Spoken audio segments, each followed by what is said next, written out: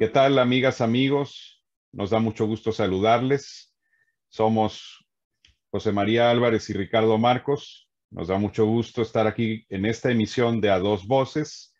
Y el día de hoy, pues tenemos un gran tema, José María. Gracias, Ricardo. Gracias, amigos, por estar con nosotros en A Dos Voces. Y pues siempre gracias ya porque está empezando a crecer, ¿verdad, Ricardo? Nuestra comunidad. Cada vez tenemos más comentarios, cada vez nos comparten más, tanto en YouTube como en Spotify, lo cual pues agradecemos muchísimo. Nosotros pues de alguna forma conversamos aquí para que ustedes también emitan sus opiniones, como ya las tenemos de las emisiones pasadas, pero es importante siempre eso, Ricardo, y yo siempre empiezo con lo mismo, compartir, comentar, aunque sea un puntito, pero tenemos que agradarle a los algoritmos de YouTube, de Facebook, de Spotify, y de alguna manera suba el ranking o suba de alguna manera la popularidad de nuestras publicaciones y aparezcan en las sugerencias para nuevos usuarios. Así que mucho agradeceremos siempre. La mejor promoción, Ricardo, es la que hace nuestro querido auditorio. Así es, compartir el programa, eso también sería muy bueno para nosotros. Y por supuesto poner comentarios, que también no significa que estén de acuerdo con lo que nosotros estamos diciendo aquí. Se vale también disentir, y de eso se trata, de ir formando un grupo de grandes amantes de la música que estamos encantados entre nosotros de compartir, de hablar sobre este tema. Y bueno, de entrada, ¿qué tema, José María Álvarez? Hace poco hiciste una manda, yo así le llamo, una manda musical de aventarte las 104 sinfonías de Franz Joseph Haydn. Bueno, son 104 numeradas, pero hay otras dos que no están numeradas, así que, y algunos incluso añaden la sinfonía concertante, en fin, llega hasta 108 aparentemente en algunos conteos, pero vamos a decir que por practicidad hay 104 que están numeradas. Y pues es un catálogo, José María, excepcional, de inventiva, exuberancia, calidad. Eh, es, sin lugar a duda, uno de los grandes compositores, Haydn, y además uno de los más importantes e influyentes, ¿no? Porque la sinfonía finalmente toma color, toma forma con Haydn, José María. No sé si estés o no de acuerdo con esto, pero a mí me parece que hay la sinfonía antes de Haydn, que son intentos modestos, y la sinfonía de Haydn. Y a partir de ahí, pues crece este género y pues evidentemente, pues explota, ¿verdad? Así que bueno, hay mucho que decir al respecto y sobre todo también que tú nos compartas pues este peregrinaje por la 104, ¿verdad? Es yo creo que es una de las cosas, uno de los retos más interesantes que yo he hecho en los años recientes, Ricardo, amigos. Escuchar de forma, además, disciplinada la música de Haydn, las sinfonías, poniéndome el reto de escuchar una sinfonía distinta diariamente y en orden cronológico, sin fallas y sin se me olvidó una, ya se me hizo tarde. No, tratar de ser disciplinado. Yo creo que para muchos, los que hemos pasado por momentos muy difíciles en la pandemia, yo creo que todos hemos pasado momentos difíciles en estos 2 años. Algo de lo que tenemos que recuperar en nuestras vidas, no sé qué opines tú, es la disciplina, es el rigor, es tratar de no ser laxos en nuestra vida personal, porque con la pandemia estábamos en casa sin asearnos, sin tender la cama, y no, o sea, yo una vez que tuve pues digamos que un altercado profesional en uno de mis trabajos cuando yo era muy jovencito, que se solucionó en un par de semanas, ¿verdad? Afortunadamente, pero lo que una amiga muy querida me dijo es, tú todos los días, aunque no tengas trabajo, todos los días levántate a la misma hora, báñate, desayuna, y aunque estés en casa, o sea, ponte a limpiar la casa, a ordenar, salte un momento a la calle, o sea, no dejes de tener esa continuidad física de que estás haciendo algo, ¿no? Y lo mismo traté yo de hacer con las sinfonías de Haydn, sobre todo por este encierro gigantesco que hemos pasado durante 2 años. Eh, entonces, al empezar el año 2022, debe haber sido por el 6 de enero, dije, creo que es un buen reto personal. Me lo voy a poner para tratar de ser disciplinado conmigo mismo y además, obviamente, descubrir un repertorio que sí, todos de repente decimos, sí, Haydn, y tantas sinfonías, y tanto, pero haberlas escuchado, y sobre todo en 104 días, pues no es cosa de siempre, ¿no? Muchos fueron como que muy, sobre todo en las redes sociales al compartirlo, fueron como muy empáticos de decir, yo le entro.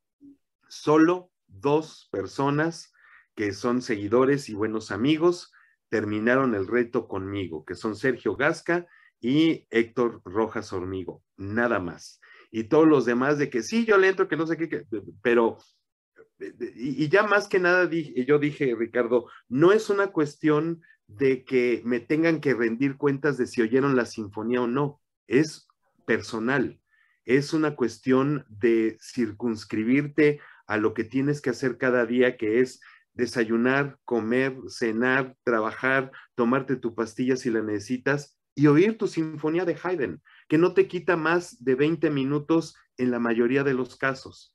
Entonces también ahí uno puede medir las prioridades de vida que tenemos, ¿no?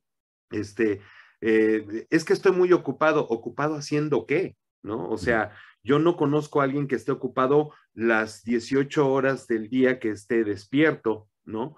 O sea, hasta antes de irme a dormir, yo ponía mi sinfonía de Haydn, apagada la luz y me iba a dormir. O sea, hay tiempo absolutamente para todo. Y yo creo que este reto que me puse, de alguna manera a mí me dejó ver que siempre va a haber tiempo para darnos algo que nos hace bien. Así como te tomas, como la gente que va al gimnasio, que pasa tantos minutos o tantas horas viendo por su salud o por su estética o por lo que sea, también nosotros tenemos que darnos un tiempo para poder disfrutar, en este sentido, escuchar música, para, por ejemplo, ver nuestro episodio, para poder escuchar algo que nos cambie del esquema habitual que tenemos. Eso es lo que yo opino. Y qué mejor con estas sinfonías, con este repertorio que desde la primera que yo escuché me iba fascinando, sobre todo las primeras 10 o 15, yo no podía creer lo que estaba escuchando. Me parecía un compositor tan sincero, pegando un poco de los patrones del barroco y cómo estaba ya delineando lo que hoy conocemos como el periodo clásico, Ricardo. Qué gran viaje, José María. Y además, casi puedo pensar que pues es un viaje de una calidad que no decae, ¿no? A lo mejor hay algunas sinfonías que dijiste, bueno, esta me parece, está bonita o a lo mejor no es tan importante o relevante, pero lo interesante de esto es el sostener la inspiración a lo largo de 104 obras y me parece que Haydn lo consigue perfectamente al ser un gran genio de la música. Por otro lado, darle a la sinfonía su estructura, digamos, final, tradicional. La sinfonía, como tú sabes, viene de la obertura. Viene de la obertura tanto del lado de la obertura que habría una ópera, como de la obertura como estructura de concierto en el barroco. Y estas eran estructuras multimovimiento. De hecho, las oberturas de las óperas no eran en un movimiento como lo pensamos tradicionalmente, sino que a veces eran oberturas tripartitas, generalmente, de hecho, eran tripartitas. Y a partir de ahí, Haydn como que decidió, no fue necesariamente el primero, ya algunos habían comenzado a hacer estas sinfonías para concierto, pero sí fue uno de los primeros y que vio realmente todo el potencial y que no era nada más una piecita que durara 10 minutos, sino que fuera realmente un concepto de contraposición de temas, de desarrollo, de utilizar todos los elementos y herramientas de composición posibles en ese momento para enfrentarte a la sinfonía y hacerla finalmente una obra dramática. Y lo digo dramático no desde el punto de vista operístico, sino la contraposición de temas, de tonalidades, el desarrollo, la mezcla de los temas, el regreso de esos temas y toda la inventiva que hay alrededor de eso, José María. Sí, Ricardo, y bueno, por eso de alguna manera se le dice papá Haydn, ¿no? A Franz Joseph Haydn, porque es de alguna manera no el inventor de la sinfonía, pero sí quien sentó las bases de hasta hoy cómo conocemos una sinfonía, porque hasta la fecha se siguen escribiendo sinfonías y mucho gracias a las estructuras que sí vienen desde el barroco y que en el aspecto sinfónico Haydn puso muchas de las reglas que se siguen alimentando gracias a muchos compositores en el mundo y obviamente los que vinieron después de Haydn, tanto en el periodo romántico, Beethoven, Schubert, Schumann, aunque no fueron grandes producciones sinfónicas, pero de alguna manera ya dieron los cimientos de lo que hoy conocemos como la sinfonía. Y esta cantidad de 104 obras que uno dice, bueno, qué capacidad para escribir música de este hombre, así como Bach tenía que utilizar mucho de su tiempo, imagínense también, en aquel tiempo Bach tenía hijos, tocaba el órgano en la iglesia, dirigía los servicios religiosos en la parte musical y todavía escribía cantatas, sonatas, etcétera. O sea, sí, no había celulares, no había televisión, no había telenovelas, como se dice por ahí, no había todos estos distractores modernos, pero pues Bach tenía que componer una cantidad de obras a petición de lo que se hacía en las celebraciones religiosas en la iglesia. Y Haydn en algún momento tuvo que hacer este tipo de música para agradar y para que tuviera un momento de esparcimiento su patrón, el príncipe Esterházy, donde él estuvo en su palacio durante muchísimos años sirviendo, y también me viene a la cabeza Vivaldi. Vivaldi, él hizo gran parte de su repertorio, tanto de conciertos como religioso y de cámara, para el Hospedale de la Pietà, para que estas niñas que vivían ahí, las huérfanas, pudieran estudiar y pudieran salir adelante tocando un instrumento, cantando, etcétera. Entonces, digamos que este tipo de repertorio que hoy escuchamos de una forma muy exquisita fue música para ser utilizada, en realidad, ¿no?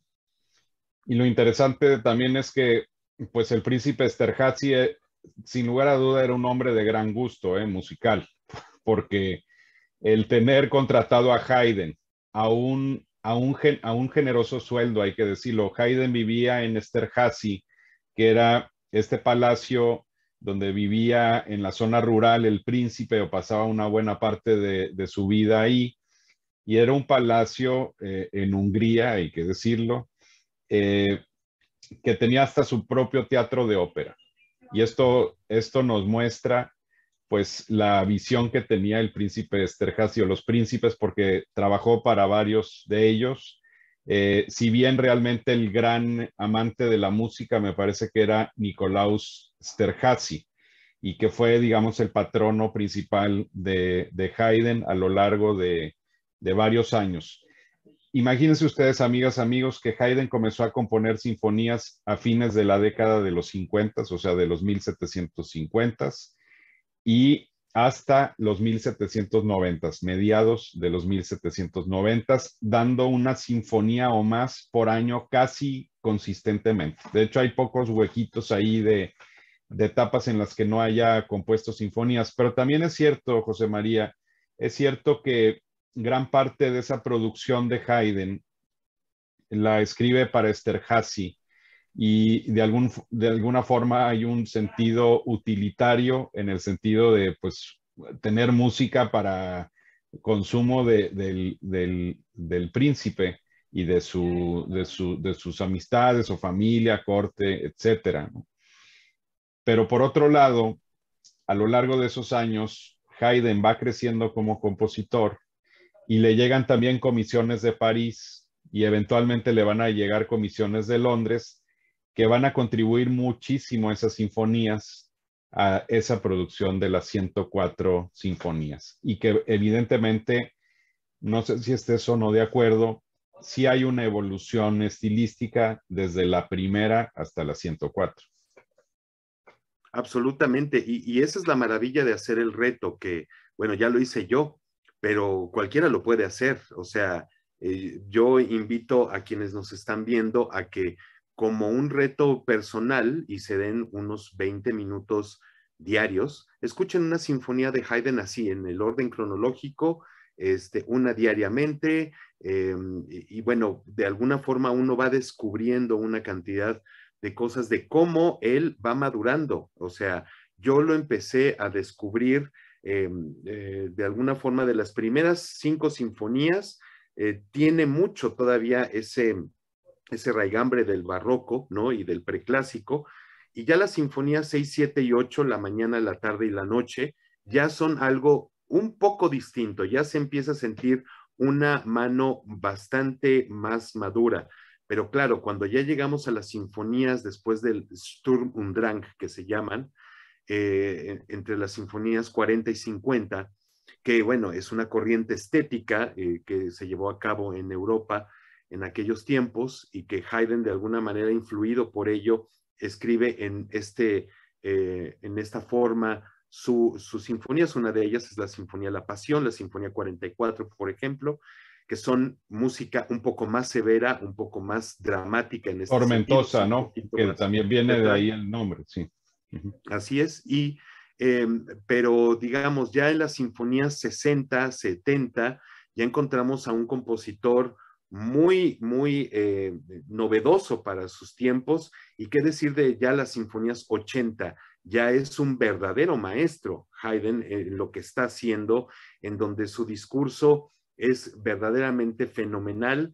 Y pues a mí me gustaría, bueno, agradecer a Roberto Vidal que nos dijo que entre sus sinfonías favoritas están la 45, Los Adioses, la 104, la Londres, la 94, La Sorpresa, y la 101, El Reloj. Me quiero tomar un momentito, Ricardo, precisamente para decir por qué los nombres de las sinfonías de Haydn, porque hay mucha gente que dice, y él le ponía nombre. Curiosamente, él no le ponía los nombres a sus sinfonías, pero en algo tenían que ver por las circunstancias en las que él las escribió. Por ejemplo, El Filósofo, la Sinfonía número 22, es una obra que no tiene que ver con ningún filósofo ni con ninguna filosofía, sino con algo que parece que los cornos y los cornos ingleses que utiliza ahí, o sea, los de metal y los de madera, parecen la voz de un ser superior que le está hablando al artista. Entonces a alguien le pareció que era como un filósofo. Está la sinfonía, por ejemplo, La Toque de Corno, que no precisamente se la pasan los cornos tocando todo el tiempo, simplemente por un pequeño pasaje en donde se escucha como un toque de caza de los cornos, eso fue suficiente. La Sinfonía María Teresa, que es la número 48, sí tiene algo que ver con la visita de María Teresa, la emperatriz, a donde, bueno, no lo tengo aquí exactamente, pero bueno, sí lo puedo revisar. Entonces, pues Haydn había escrito esta sinfonía para agradar a esta mujer, a María Teresa, y que, bueno, pues así existen muchos otros casos. La que mencioné, pues Los Adioses, esa sí tiene un propósito particular, que era que, bueno, el príncipe pues ya los estaba hambreando a sus músicos y al compositor.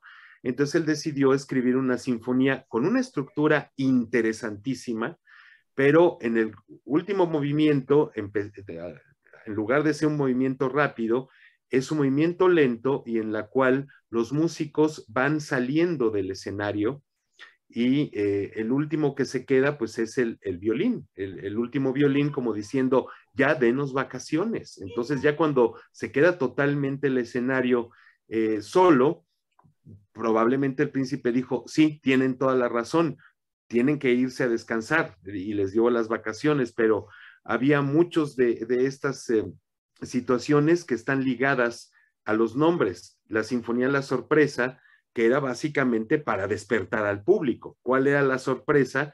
En el segundo movimiento, de repente hay un acorde en fortísimo, como para que la gente se despertara si acaso estaba durmiendo a la hora de la presentación. En fin, Así es. muchas hay leyendas y muchas son cosas que hoy tenemos, vaya, como algo muy cierto de todas estas grandes obras. Tenemos la Sinfonía Militar, por ejemplo, que también incluye una especie de percusión turca relacionada con cuestiones militares, una de las sinfonías bellísimas del ciclo de Londres. Está la del reloj, la 101, que en el movimiento lento podemos escuchar el pulso del reloj y es el que marca, digamos, la cadencia de ese movimiento, ¿no? O tenemos el oso, en el cual podemos escuchar una especie como de música folclórica, como con hurdy-gurdy o alguno de estos instrumentos en los que a veces hacían bailar a los osos amaestrados itinerantes en aquellos tiempos en pueblos. Y en fin, tienes toda la razón, hay una gran diversidad y creo que le abona mucho estos nombres, José María, a la producción de Haydn, porque hace que las 104 no las veamos como, ay, ahí te va esa letanía de sinfonías, sino que hay una gran inventiva. También es cierto que Haydn, si bien no les ponía él los nombres, sí en ocasiones algunas de sus sinfonías que fueron publicadas y que sí llevaban esos subtítulos eh, o títulos, él sabía, le gustaba eso. Él decía, oye, va a vender más la sinfonía. Él también tenía, hay que decirlo, un colmillo de marketing excepcional. O sea, no por nada logró hacer bien su dinero y al final de su vida era un hombre respetado que vivía cómodamente en Viena sin mayores problemas. Y eso indica también el que fue una persona que supo también posicionar su música, que supo hacer las relaciones. Aparentemente José María tenía una personalidad encantadora, excepcional, porque casi es unánime las recolecciones que hay de él. En su momento fue amigo de Mozart. Con Beethoven no se llevó bien, pero pues ¿quién se llevaba bien con Beethoven, verdad? Esa era más bien la cuestión. Pero pues un hombre encantador, por cierto, bajo de estatura, igual que Mozart, no muy guapo. Hay los retratos más fidedignos lo ponen con una nariz muy prominente, una quijada inferior un poco más prominente. Igual aquí les pasamos alguna, nada más para que se den cuenta de quién era. A los que nos están viendo, a los que no, pues bueno, ya hice yo un poco la descripción. Además, una nariz grande que a veces tenía ciertas, pues sí, algunos granitos, algunas cosas. Y él se sorprendía del éxito que tenía con las mujeres, porque bueno, ahí sí también es cierto que Haydn era mujeriego, no había casado tan bien, aparentemente el encanto que él tenía no lo tenía su esposa y sin embargo pues siguieron adelante ahí en su matrimonio. En fin, un hombre muy interesante, una vida muy interesante, pero bueno, estamos en la sinfonía, pero esto nos ayuda para hacernos una idea de este gran compositor. Y si fuéramos a otro tema, José María, hay pocos se han atrevido a grabar las sinfonías completas de Haydn, no hay muchas opciones. Sin embargo, muchos de los grandes directores han grabado también varias de las sinfonías y hay colecciones por aquí y por allá. Si vamos a ese campo, José María, ¿tú qué piensas? ¿Cuál es tu aseveración respecto a lo que escuchaste? Porque escuchaste las sinfonías y yo recuerdo en muy diversas versiones. ¿Qué piensas tú al respecto de eso? Pues bueno, la primera grabación de todas las sinfonías que la hizo Antal Dorati con la Filarmonía Hungárica y que además pues mira, ahí tienes uno de los álbumes y que ahora pues se sigue vendiendo la caja gigantesca de Dorati con la Filarmonía Hungárica, que hago el paréntesis, que me encanta hacer paréntesis, la Filarmonía Hungárica no está en Hungría. Es muy curioso. La Filarmonía Hungárica está en Alemania y esa orquesta fue producto de la Segunda Guerra Mundial, en donde muchos de los músicos tuvieron que salir huyendo por la persecución de los judíos. Entonces, bueno, justamente fueron a parar a Alemania y a un pequeño poblado que se llama Marl der Mitte, que en el mapa bélico de Alemania era un lugar donde pues estaba prácticamente protegido y donde no podía haber alguna situación bélica. No lo sé bien, pero en la historia que a mí me contaron, porque yo estuve en Marl der Mitte oyendo a la Filarmonía Hungárica en el pequeño teatrito que tienen asignado, no sé si hasta la fecha existe. A mí en 1994 que fui a Alemania me tocó estar con ellos, ir a varios conciertos suyos, ir a una pequeña gira por Alemania con ellos. Pero esa es la historia. Todos los exiliados, músicos exiliados, fueron a parar a ese pequeño poblado, que hasta la fecha sigue siendo muy pequeño, y pues de alguna manera se organizaron para hacer esta orquesta llamada Filarmonía Hungárica. Para el proyecto de Haydn, lo encabezó Antal Dorati, que es un gran director, sobre todo del repertorio muy bombástico de Tchaikovsky, Respighi, no sé, Dvorak, Beethoven, Siglo etcétera. XX. Exactamente, también, pero en este caso, bueno, pues hizo una versión estupenda de todas las sinfonías que ahora ya tenemos más referencias. A mí me gustó mucho la colección que tiene Nimbus, me parece que es con la orquesta austrohúngara, exactamente, ¿es esa? Sí, que está reeditada por Brilliant, ¿verdad? Así es, Con así es. Adam Fisher. Sí, esa mera. Exactamente. Y esa colección a mí me gustó mucho, está muy bien grabada, sobre todo porque creo que ya lo habíamos comentado en la emisión anterior. Nimbus siempre tenía esta idea de hacer las grabaciones lo más natural posible.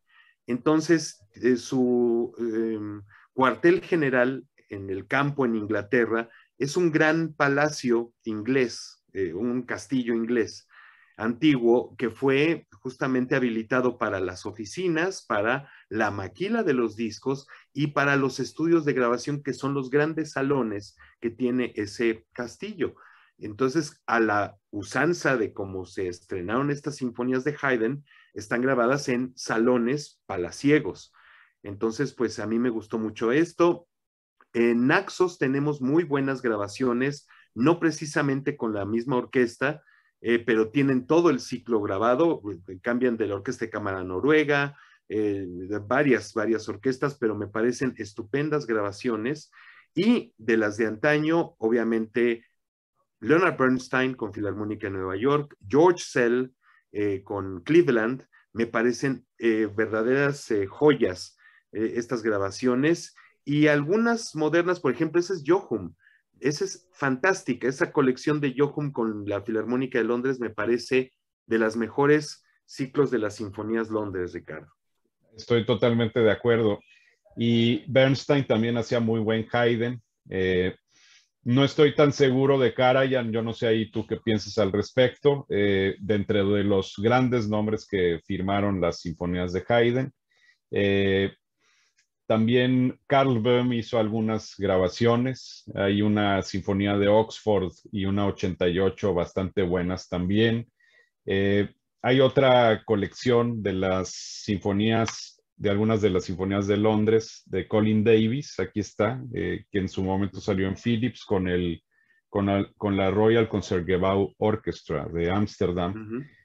Son buenas versiones, también estilo gran orquesta.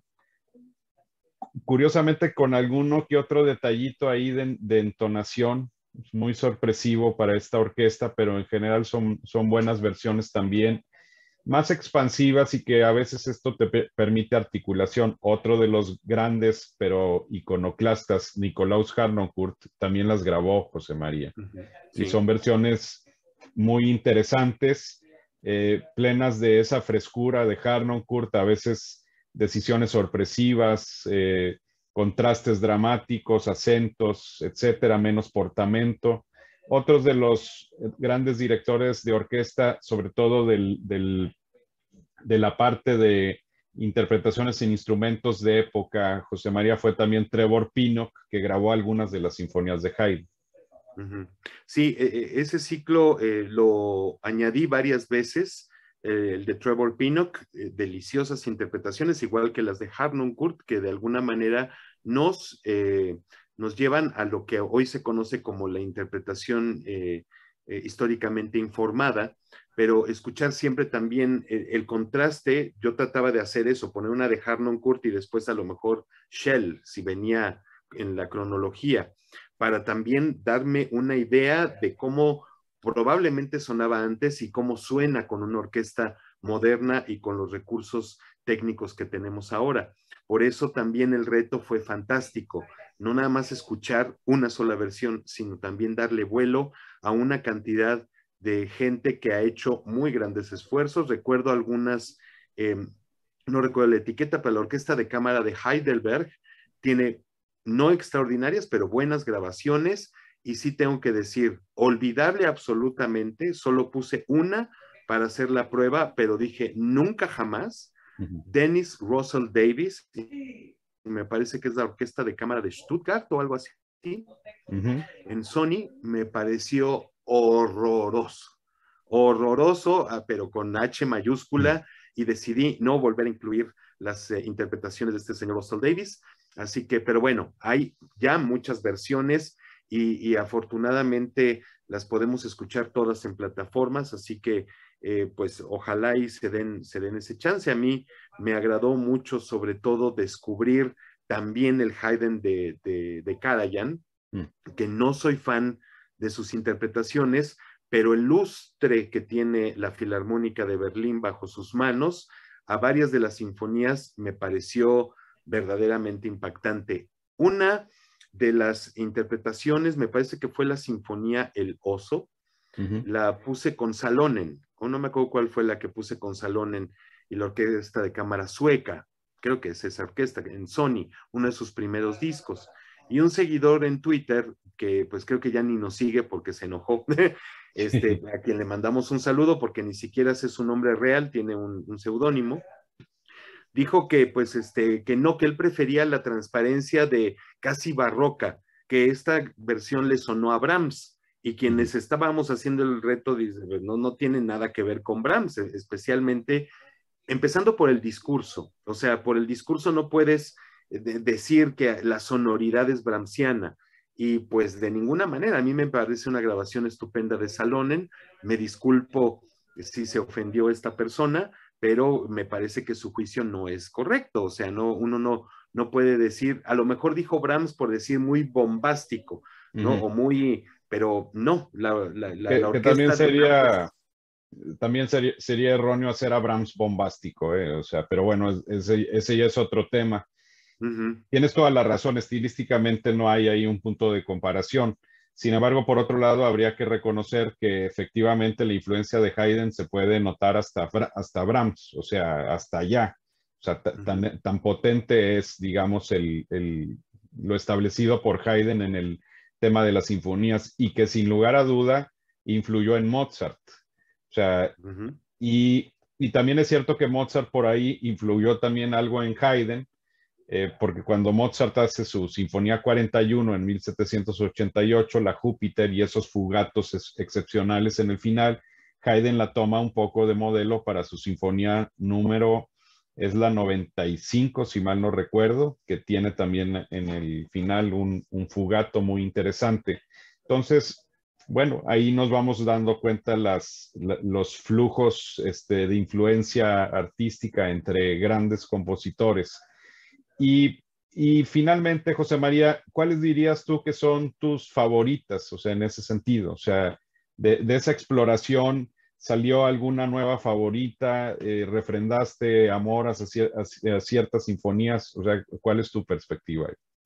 Sí, es muy curioso porque, bueno, lo que algunas personas nos hicieron favor de comentarnos, si te das cuenta, la mayoría de la gente tenemos como las favoritas sinfonías con nombre, La Sorpresa, El Milagro, El Reloj, La Londres, La Pasión, Los Adioses, ¿no? Pero las sinfonías así, sin número cuál, ¿no? Yo tengo, bueno, la 22 siempre, el filósofo será una de mis sinfonías favoritas en la vida. A mí me parece una sinfonía exquisita. A mí, pero descubrí eh, que la Sinfonía Oxford, la 92, ya no me gusta tanto. Al llegar a la 92, después de haber escuchado, Ricardo, amigos, todo este repertorio maravilloso, invención melódica, gran sentido del humor, cuando llegué a la Oxford, dije, no me gustó tanto, ya no me gustó tanto, honestamente. Entonces la tuve que apartar de mi lista de las que antes me gustaban, porque ya no me gusta mucho y descubrí, por ejemplo, que una de mis favoritas fue la 103. La 103 es una obra maestra, honestamente digo, la 104 ya es la joya de la corona, pero la 103 a mí me parece increíble. Y la verdad, sí tengo que estar recordando, por ejemplo, la Sinfonía 77 es una maravilla de sinfonía, la Sinfonía 80 también es una obra fantástica y no lo tengo bien en el recuerdo, pero hay alguna de estas que es bastante más larga de lo habitual, de casi 35 minutos, y quisiera yo decir, bueno, son de mis sinfonías que yo me quedo con la 103. Ese fue una de mis grandes revelaciones en este reto, pero también es importante decir, ya para cerrar mi comentario, es la imaginación de poner estos solos de violín, de contrabajo, de corno, de flauta, que muchas de estas sinfonías tienen. De clavecín, De clavecín también, que esa sinfonía a mí me la parte encanta, está la tan... 97. O sea, es una Uh-huh. maravilla, sí. Y esta parte tan curiosa, por ejemplo, en la Sinfonía El Distraído, en donde, bueno, pues también es la 60, El Distraído, como que todos se empiezan a desafinar y se empiezan a descuadrar, se tiene que levantar el concertino, voltear a verlos y dar digamos, el downbeat para que sigan tocando correctamente, en fin, pero sí, yo encontré una cantidad de sinfonías nuevas y curiosamente las numeradas, las muy famosas, ahora pues se quedan nada más como en muy famosas, pero sí hay algunas que yo descubrí gracias a este reto que me quedé impactado honestamente. Hago una fe de ratas, la sinfonía que tiene el solo de clavecín al final es la 98, no la 97, nada más para rectificar, que es una Uh-huh. joya sin lugar a dudas, pero es cierto, como dice José María, hay una exuberancia, una inventiva. Yo no me compro jamás a quienes de pronto han dicho, Haydn compuso la misma sinfonía 104 veces, es una tontería, igual que quienes también de pronto dicen que Bruckner compuso la misma sinfonía 9 veces, o sea, si nos O Vivaldi metemos sus realmente, conciertos. sí, sí, si nos Uh-huh. metemos a su estilo, a las obras, si exploramos las obras a conciencia, nos vamos a dar cuenta que sí, por un lado, hay un estilo de Haydn indiscutible, tiene un sello, su música, y es un estilo clásico de gran calado, elegancia, inventiva, pero es Haydn. O sea, ¿qué esperaban? ¿Que de pronto vamos a encontrarnos ahí un gesto beethoveniano? Pues no, es otro tiempo, es otra época. Y dentro de ese estilo hay 104 trabajos magistrales. Es cierto, sí, algunos podrán ser superiores, otros inferiores, pero en todos definitivamente hay algo que escuchar. Y yo aprovecho también pues para motivarme a que voy a hacer mi Haydn Challenge también. Muy bien. Ya, me tardaré un tiempo, pero creo que vale la pena y está bien la motivación que nos pasa a todos, José María Álvarez. Quiero también para aprovechar para mandarle un saludo a la clave de Fa, otro seguidor o seguidora de Twitter, que nos compartió las sinfonías 45, 95 y 98. Curiosamente, esta sinfonía que yo estaba diciendo también, que tiene el solo de clavecín al final. Así que, pues bueno, un mundo grande que descubrir, José María. No sé si quieras añadir algo más para finalizar. Sí, pues brevemente, Ricardo, y sobre todo si nos están viendo jóvenes músicos y que de alguna manera siempre cuando estamos chavos nos deslumbra Mahler, ¿no? Y todos quieren hacer Mahler y nos la pasamos oyendo Mahler, pero créanme que el ejercicio más importante, sobre todo cuando uno está estudiando, es acercarse a la raíz de todo, o sea, Haydn. Escuchen Haydn antes de ponerse Mahler intravenoso, ¿no? Hay que oír Haydn. Y después de oír Haydn hay que entender Mozart y después Beethoven. Y ya cuando hayas escuchado todo esto, entonces entra al mundo personal de Mahler, que sus sinfonías así son llamadas, pero en realidad cada una es una historia personal de Mahler. Entonces, yo creo que hay que empezar por ahí. En lugar de estarnos retumbando la cabeza con la Sinfonía Resurrección o la Sinfonía de los Mil, primero escuchemos la maravilla de inventiva que tiene Haydn y después ya podemos pasar a lo siguiente. Quiero rápidamente leer para todos nuestros amigos este comentario de Sergio Gasca que nos dejó en Facebook, Ricardo, acerca de nuestra emisión anterior de las grabaciones polémicas. Lo leo muy rápido. Dice Sergio que el tema es realmente interesante. En ocasiones es desconcertante cuando vamos a escuchar una grabación de algún director que nos agrada o del que somos fans y nos ponemos ansiosos por escuchar ese disco o audio. Y al ponerle play a nuestro equipo no damos crédito a lo que suena y nos vamos sintiendo decepcionados. Algo no cuadra y al final vamos haciendo una especie de lista negra de grabaciones que no queremos escuchar de nuevo o que cuando escuchamos sentimos cierto malestar. Hay grabaciones que en efecto tienen muy malas tomas de sonido. En mi caso puedo tolerar un poco ese factor si pongo atención y llego a percibir que la interpretación fue hecha con corrección y con emoción. Y bueno, entre otras cosas, dice la transmisión que han hecho Ricardo Marcos y José María Álvarez, posiblemente ha pisado algunos callos. No sabemos, porque necesitamos de sus comentarios, ¿no? Precisamente lo que necesitamos es que nos digan algo. Pero además de que los ejemplos son, en mi opinión, certeros, son una invitación a escuchar con atención distintas versiones y en especial esa invitación va a los melómanos jóvenes que si lo desean tendrán que escudriñar en el mundo de las grabaciones analógicas, del LP y de los discos, entre otras cosas que dice Sergio. Muchas gracias. Muchas gracias por compartir esos comentarios. Y pues para pisar otros callos, José María, diría yo que Haydn generalmente en México no se hace bien.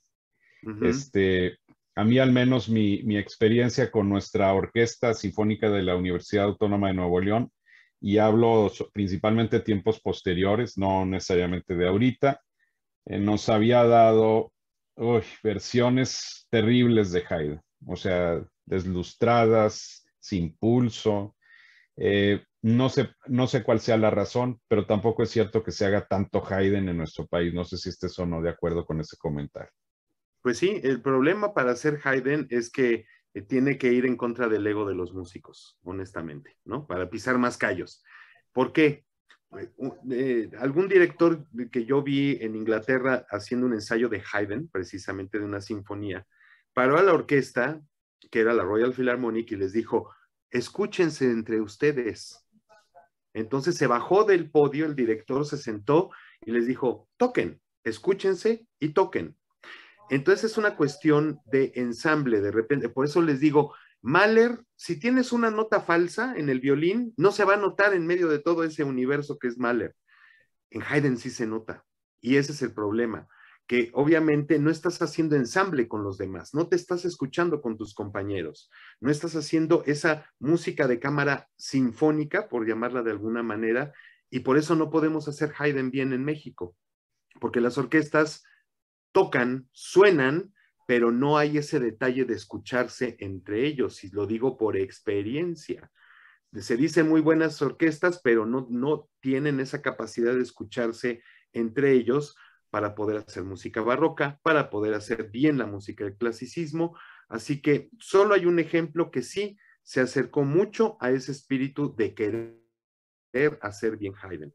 Bravo Carlos Miguel Prieto, que hace unos 15 años hizo la orquesta del Festival Mozart Haydn, dedicada durante 4 conciertos de temporada a hacer sinfonías de Haydn y sinfonías de Mozart.